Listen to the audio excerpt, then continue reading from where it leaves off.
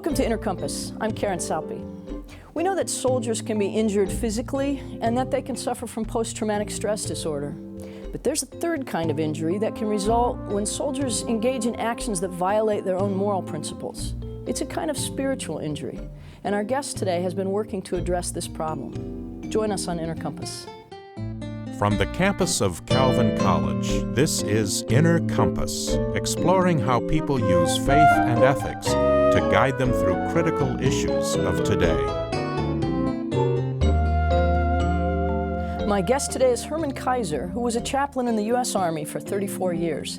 Now he helps lead a coalition that is trying to change how the military addresses injuries to the conscience, also known as moral injuries.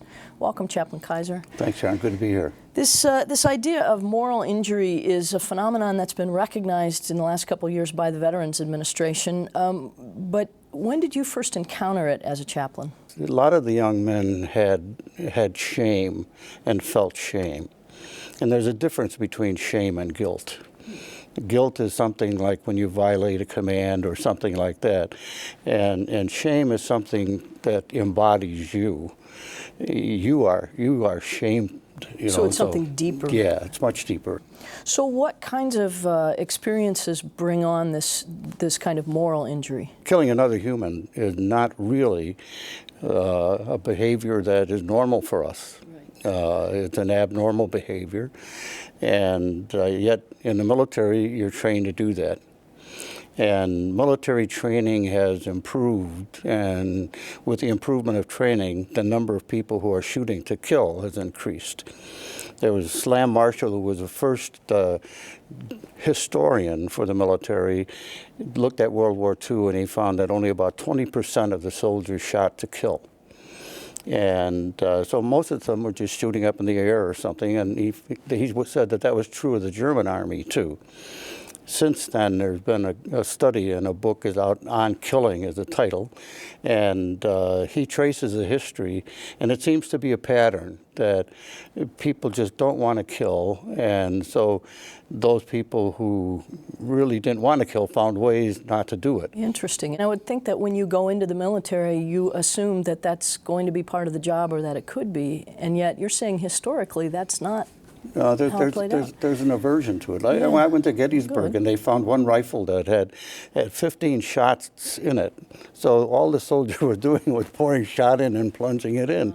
And it was interesting. The guide was also a historian, and I talked to him quite a bit, and he said, yeah, that rings true, that there was really an aversion to killing. But in those days, war fighting was very, very different. And they could accomplish what they needed to accomplish without killing. And the whole problem of guilt that soldier has comes a lot from the fact that since we've improved training so much, now about 90 to 95% kill. And so when you've got that many killing, and then the war has become more morally ambiguous as you go on. I mean, you don't have anybody in uniform against you. You know that I was in the first current wars. That's right. I was in the first war that wasn't. I mean, our enemy wore green pajamas or black pajamas. In Vietnam. In Vietnam. So a soldier might kill and then reflect on it later. Right, and that's part of the problem. They get the reflex is there to do it. And so they've done what they're ordered to do. And so once they've done it, then they start reflecting on that and realize, that, hey, this was wrong. In Vietnam, I was riding in a deuce and a half, which is a truck, behind another truck, and a 10-year-old girl threw a grenade into the truck in front of us. Oh. And the guy who was riding shotgun in our vehicle shot that 10-year-old girl and shot her in the head, and that was a mess. Mm-hmm. And afterwards, he was you could tell he was just morally wounded. There was a hole in his heart because he had killed, and he had children of his own. And so, I stayed with him all night, and he would weep. Sometimes we would weep together because it was really difficult for him. And now, one of my friends tells a story that he was told by his commander to go on a rooftop, and if he sees anything unusual, to engage it. That means shoot it or kill it. Anything unusual. Yeah, and so there was an IED in the street, And the bomb squad had come to take and defuse that explosive device. And he looked, and they were about 15 feet away from the explosive device. And a man walks out of a building carrying a cell phone. And he walks away from the IED. And he might be making a phone call, and he might be setting off the IED. Yeah, because IEDs were set off by telephones. And so he has that much of an opportunity to make a decision, because now his friends on the bomb squad are 10 feet away from that IED. So he shoots them and kills them. Then he finds out that he wasn't really, that was not the kind of bomb that could have been exploded by a cell phone. But he couldn't have known that. No, he couldn't have known that. But he's got to deal with the decision. Your coalition, and we'll talk about this in a bit, was inspired by a PBS documentary called Soldiers of Conscience. Right. And we're going to look at a little excerpt from that documentary now. Okay.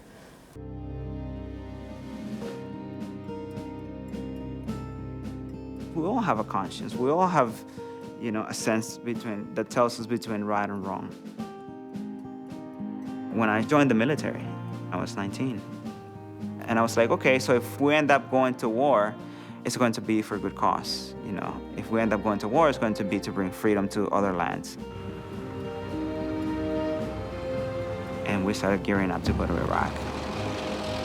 And it was a war that I opposed politically, but not very personally.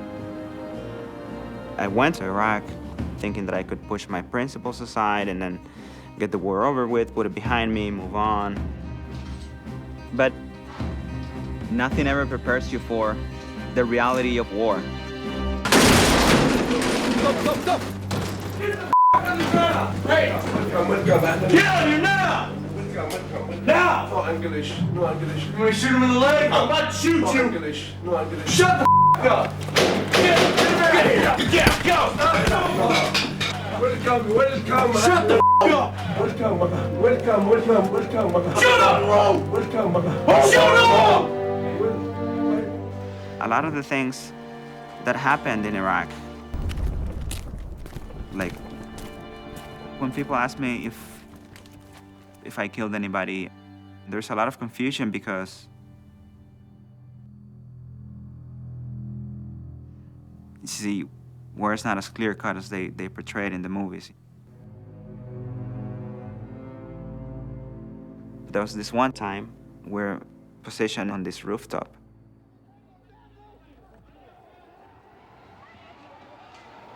It was like a political protest that turned violent. Everyone is quiet. And this young man emerges. And he's got something in his hand. And I know that it's a grenade. And, but I also know that he can't do anything to us because he's too far.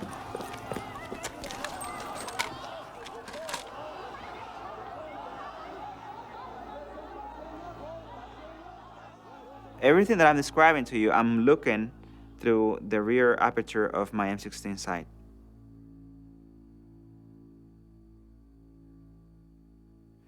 So it's a very, very, very intense moment. And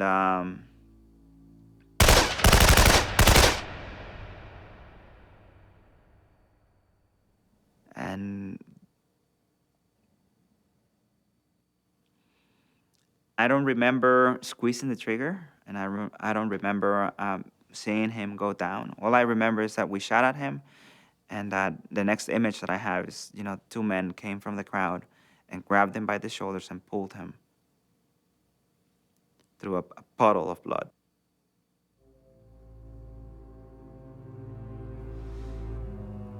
And then I remember that after that mission was over, before we moved on to our next mission, I went into a dark room by myself and I pulled out my magazine and I counted the bullets and I realized that I had fired 11 bullets at him.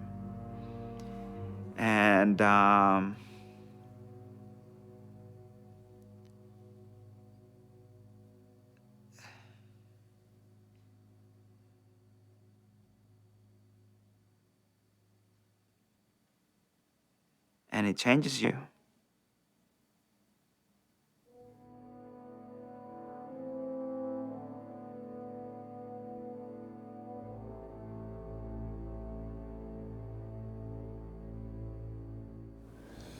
that gut level panic and terror, he reacts out of training and out of gut instincts, but the reflecting on it afterwards changes him forever. Yeah, Camilo's a wonderful young guy. He did testimony when we did the Truth Commission on Conscience and War, and he's written a book, and he continues to explore that what went on with him, and he says there's a hole in his heart, and you know, he's still working on that hole. Sure. And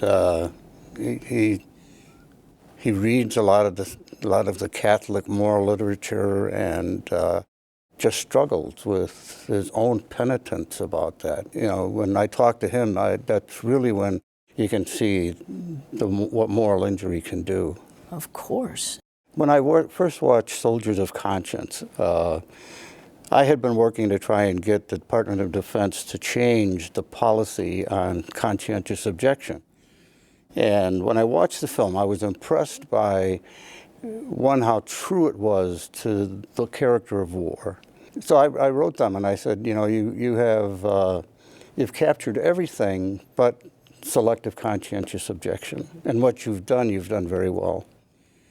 And Ian Slattery, who was one of the guys who was an advisor on the film, wrote me back and he said, Chaplain Keizer, would you write a piece on selective conscientious objection? We'd like to put it on our web.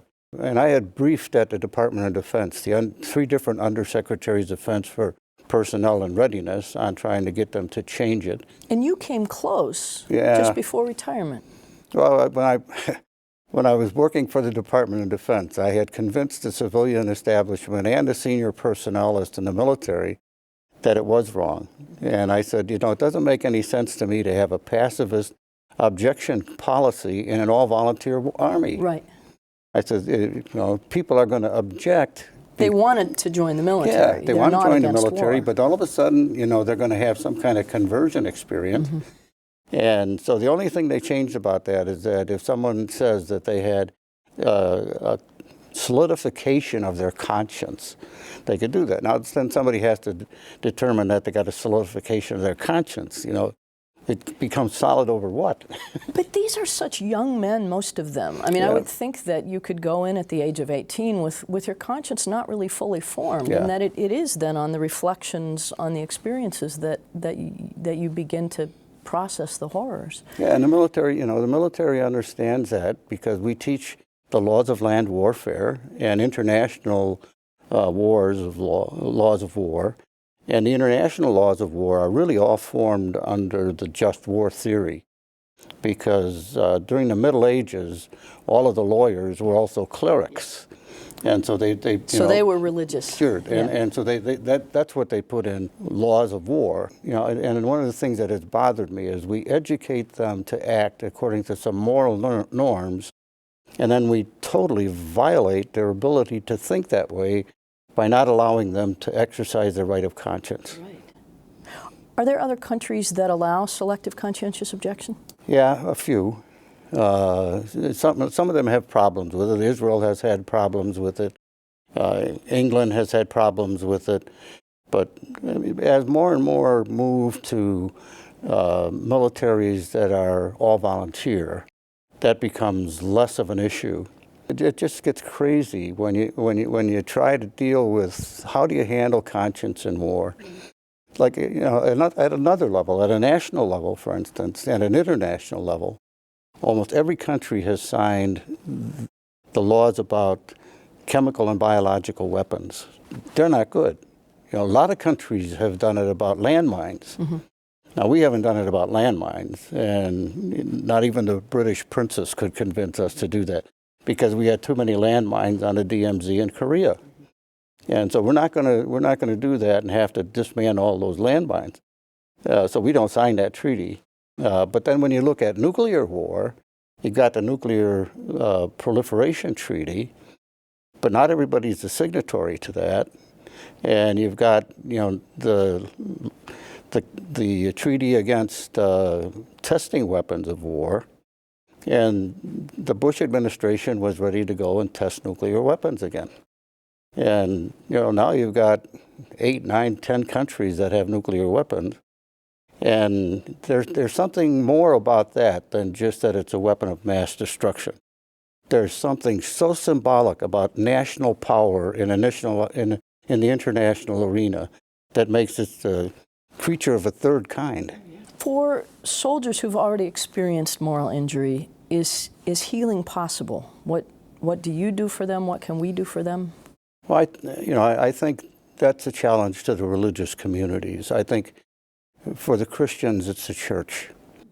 I think the church has to be cognizant of the fact that war is becoming more and more ambiguous, that the United States has so used the military-industrial complex that Eisenhower warned us about, and the education process, I think, to make war and the use of military the first option. The first option in the hurricane was the military. And then you had, it's crazy, you had 9 different rules of engagement going on in New Orleans at the same time. With each of the major groups not being able to communicate with one another. Right. I mean, you wonder why that's not what the military was built to do. No, and that's not what the military is. There's a law, the Kamikaze Act, that doesn't allow a soldier to act like a policeman. And that's basically because we have very, very different kinds of responsibilities. Sure, and missions. Yeah. What can churches and communities best do? Listening obviously is very important, but what kinds of responses can we make to soldiers who are suffering from moral injuries? Well, a good place to start, I think, is with some of the parents who have young men and women serving. I think they need support groups. And there's a church right outside of Grand Rapids that has a fantastic support group. And they started out really taking care of themselves. What do we say to our kids that are over there? Sure.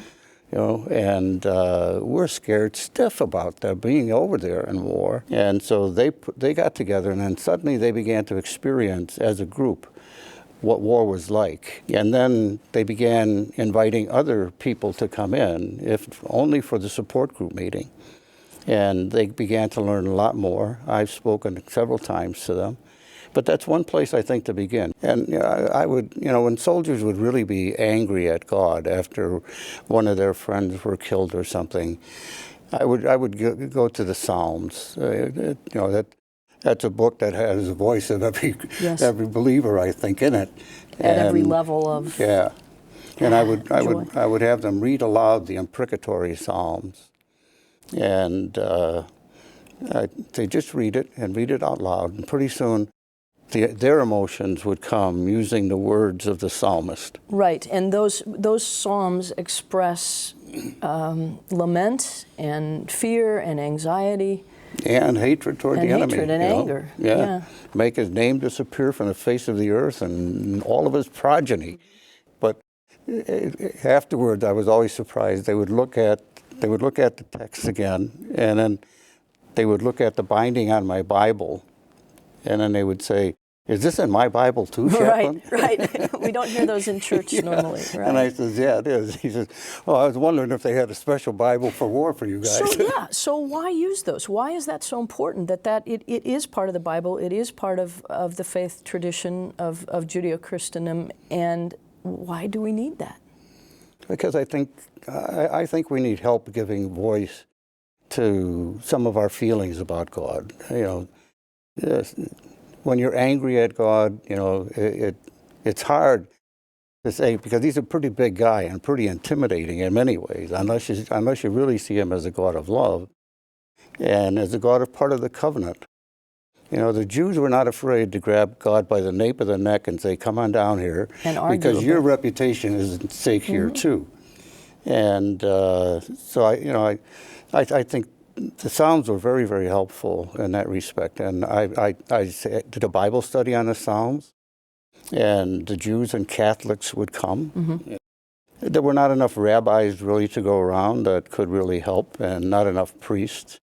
Father Dan Carr and I used to go out every day after the 1st Division was told we were going home, and we would have anywhere from 5 to 6 services a day.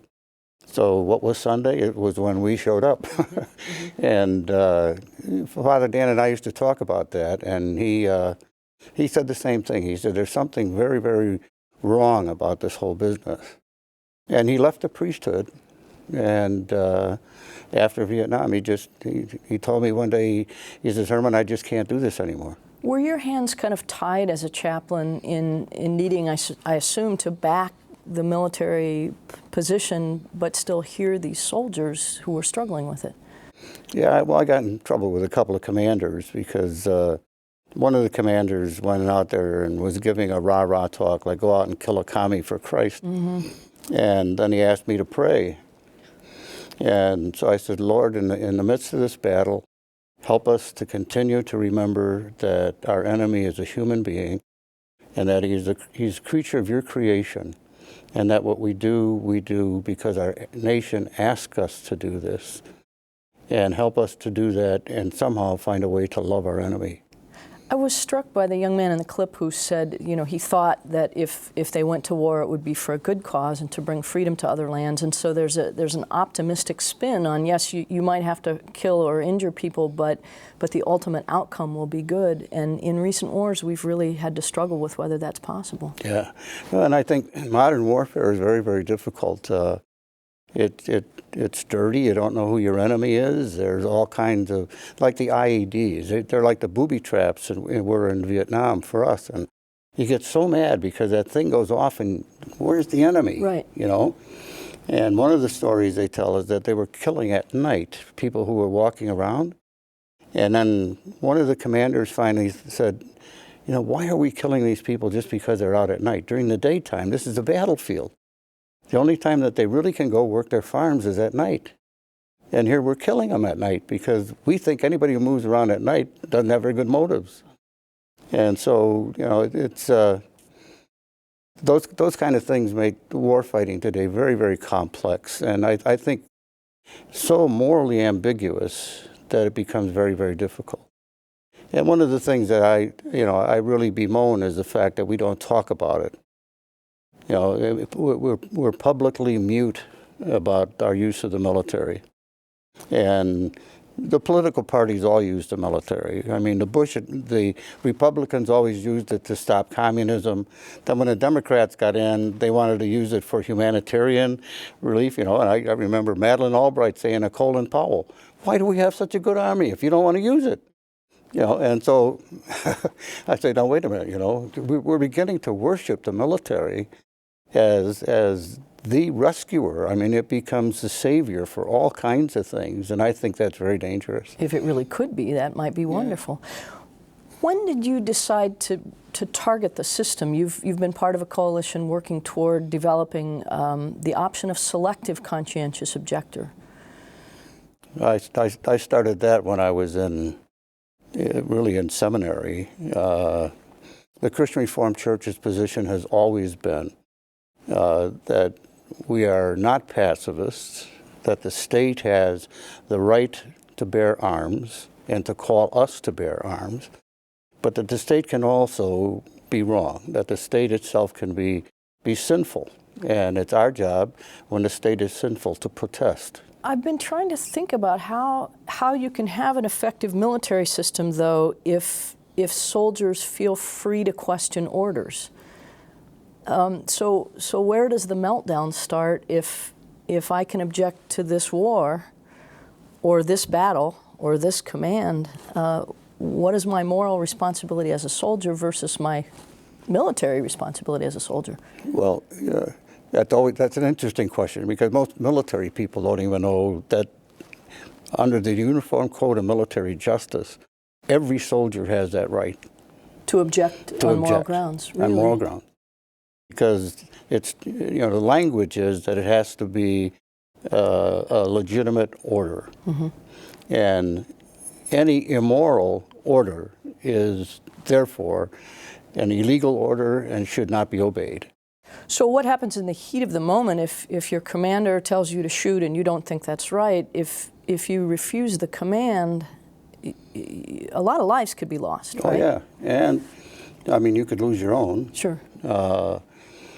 But, you know, people do things with that stuff. I mean, look at all the commanding officers that have been killed in the last couple of wars. And that's by their own troops. And you talk about a violation of military camaraderie and cohesion, that really is a big violation. What a mess. Yeah, war's terrible. People are kind of shocked that I talk like I'm a pacifist, but I'm just a just war theorist, you know. But the war, you know, I have briefings on Iraq, and I just state that the war is unjust and immoral.